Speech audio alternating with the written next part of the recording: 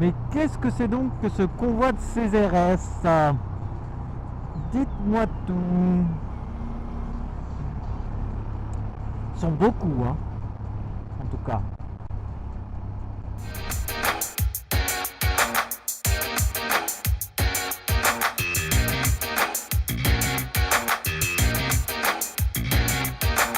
Eh bien, le bonjour à tous et bienvenue dans ce troisième épisode dans le casque de la licorne.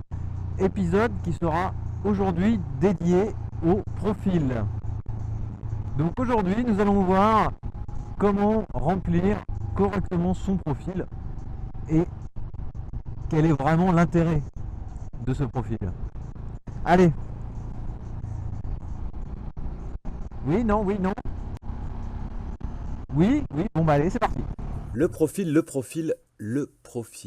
Outil indispensable à n'importe quel support communautaire, que ce soit une application ou un site, c'est un peu la base. Donc allons voir ça tout de suite ensemble. Pour ceci, on ouvre le menu, on appuie sur notre petite photo et on arrive sur mon profil. Pour l'éditer, rien de plus simple, le compléter, on appuie sur le petit crayon et nous voilà partis. Donc dans un premier temps, prénom, nom. Il est évident que vous n'êtes pas obligé de mettre votre identité réelle. Un pseudonyme, ça marche aussi très très bien. Je pense que vous vous doutez que je ne m'appelle pas vraiment Enzo la licorne. Monsieur la licorne, ce serait trop beau pour être vrai. Une date de naissance, pourquoi pas.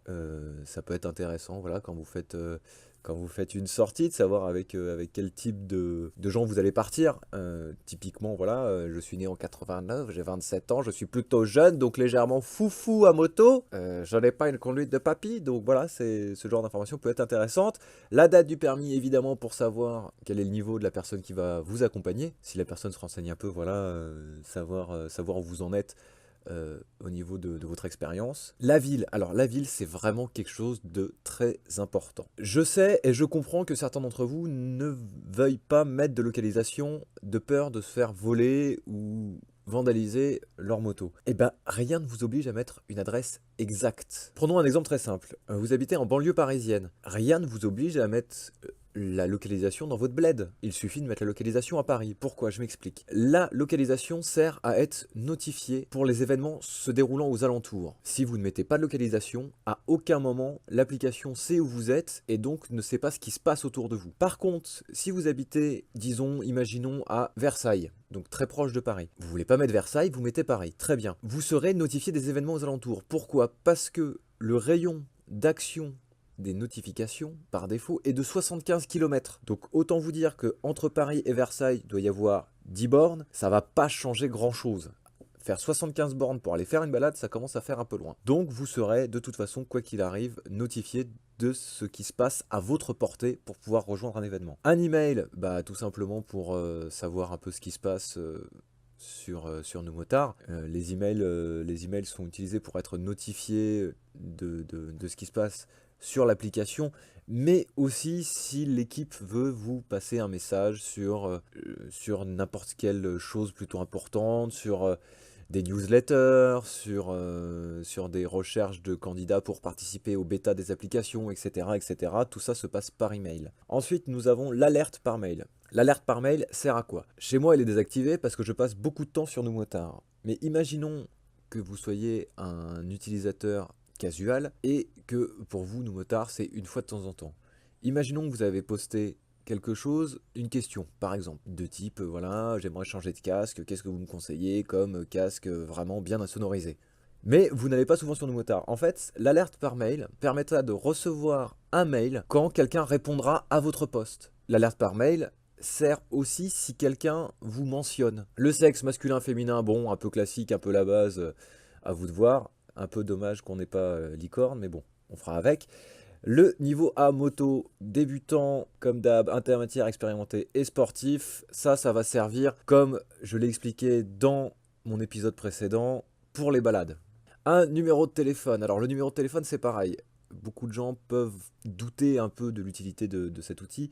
Bah mine de rien, c'est quand même vachement pratique. Comme je l'ai expliqué dans l'épisode sur les balades, le numéro de téléphone est invisible et en fait permet aux gens qui organisent l'événement d'avoir accès à votre numéro. En fait, seulement les organisateurs d'événements peuvent accéder à votre numéro. Et ça permet, comme je l'ai dit dans l'épisode précédent, en cas de galère, Voilà, si vous êtes grave à la bourre, ça fait une demi-heure qu'on vous attend et qu'on n'a pas de nouvelles, bah, ça permet de vous appeler. Qui suis-je? Tout simplement, une petite présentation de qui vous êtes, voilà, vous marquez un peu ce que vous voulez, c'est quand même plutôt intéressant de savoir sur quelle moto vous roulez. En attendant la partie garage, attention spoil, et puis voilà, votre humeur, des petites anecdotes, des petites choses comme ça. Donc ça c'est la partie vraiment pour remplir son profil. Ensuite, allons voir ce qui se passe sur la page de profil. Alors, la page de profil pour commencer, qu'est-ce qu'on y voit? On y voit le pseudo, on y voit l'humeur, je reviendrai dessus tout à l'heure, on y voit plein de petits onglets que je vais détailler plus tard. Qu'est-ce qu'on peut lire d'autre? On peut voir ici, avec les deux petits bonhommes,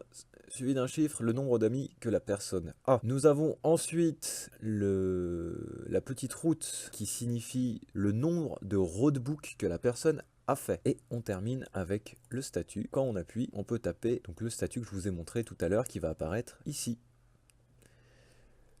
On a ensuite tous les trajets enregistrés sur Rideshare. On a ensuite un encadré pour les gens qui font partie de l'équipe Nous Motards, sur lequel on retrouve les informations. Donc le titre, si on peut appeler ça comme ça, donc Community Unicorn. Le poste, donc Community Manager de Nous Motards, avec le petit logo. On retrouve par exemple le logo de Motoplanet chez Romain Cibot, qui travaille chez Motoplanet, et Motoplanet et Nous Motards, vous le savez maintenant, sont plus ou moins partenaires. Et une petite flèche qui envoie vers une page définie. Par exemple pour moi, en tant que présentateur des tutos, cette petite flèche va vous envoyer directement sur mon club, où vous retrouverez toutes les vidéos tutoriels que j'ai faites. Ensuite, qu'est-ce qu'on a? Eh ben on a la date d'arrivée sur Nous Motards, on a la date... Enfin, la durée du permis, donc motard depuis plus d'une année, étant donné que voilà, j'ai rentré mes dates. À parcouru, donc ça, qu'est-ce que c'est à parcouru? Qu'est-ce que ça veut dire? Évidemment, on ne lit pas vos kilomètres et on ne peut pas savoir tout ce que vous faites avec votre moto. Mais, si vous lancez Rideshare, en fait, tous vos trajets sont comptabilisés, sont additionnés et vous obtenez les distances parcourues avec Rideshare. Encore une fois, on retrouve l'information de la localisation, mon âge, mon niveau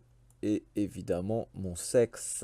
Ma description, on peut partager le profil où on veut. Ensuite, premier onglet, donc premier en fait c'est l'onglet mur de la personne. Donc on retrouve toutes les publications postées par la personne sur Nous Motards. En fait, peu importe où le post est mis, que ce soit dans un club, sur le mur en public, etc.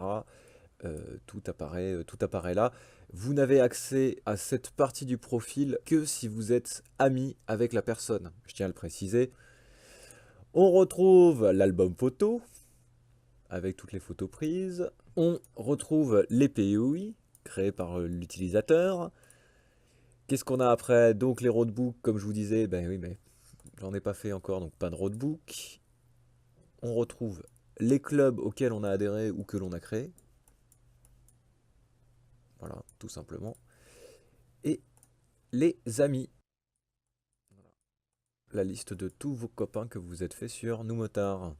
Et je terminerai par une partie que j'ai zappée. La photo de profil. En fait, pour modifier la photo de profil, vous allez dans votre profil et en cliquant sur la photo, on vous offre le choix de soit vous prendre en photo directement avec votre téléphone, soit d'accéder à votre mémoire et utiliser une ancienne photo. Donc voilà, vous comprenez pourquoi il est important de compléter son profil pour profiter à fond de tout ce que propose Nous Motards. Que ce soit cette histoire de localisation, cette histoire de téléphone portable, de numéro de téléphone pour être contacté ou d'adresse email, ce sont certes des informations personnelles, mais que l'équipe protège, ne divulgue pas. On n'aurait aucun intérêt à faire ça, ce serait juste plomber tout notre système. Mais voilà, ce sont des informations qui sont vraiment importantes pour pouvoir être averti de tout ce qui se passe autour de vous sur Nous Motards. J'espère que cette vidéo vous a plu, comme d'habitude. Si vous avez des retours, des questions, n'hésitez pas à répondre à ce post de la vidéo dans les commentaires. J'y répondrai avec grand plaisir. Et je vous dis à très bientôt pour le prochain tuto qui va être énormissime. Parce que là, on est en train de lancer de la mise à jour de dingue sur les roadbooks. Les copains. Les roadbooks,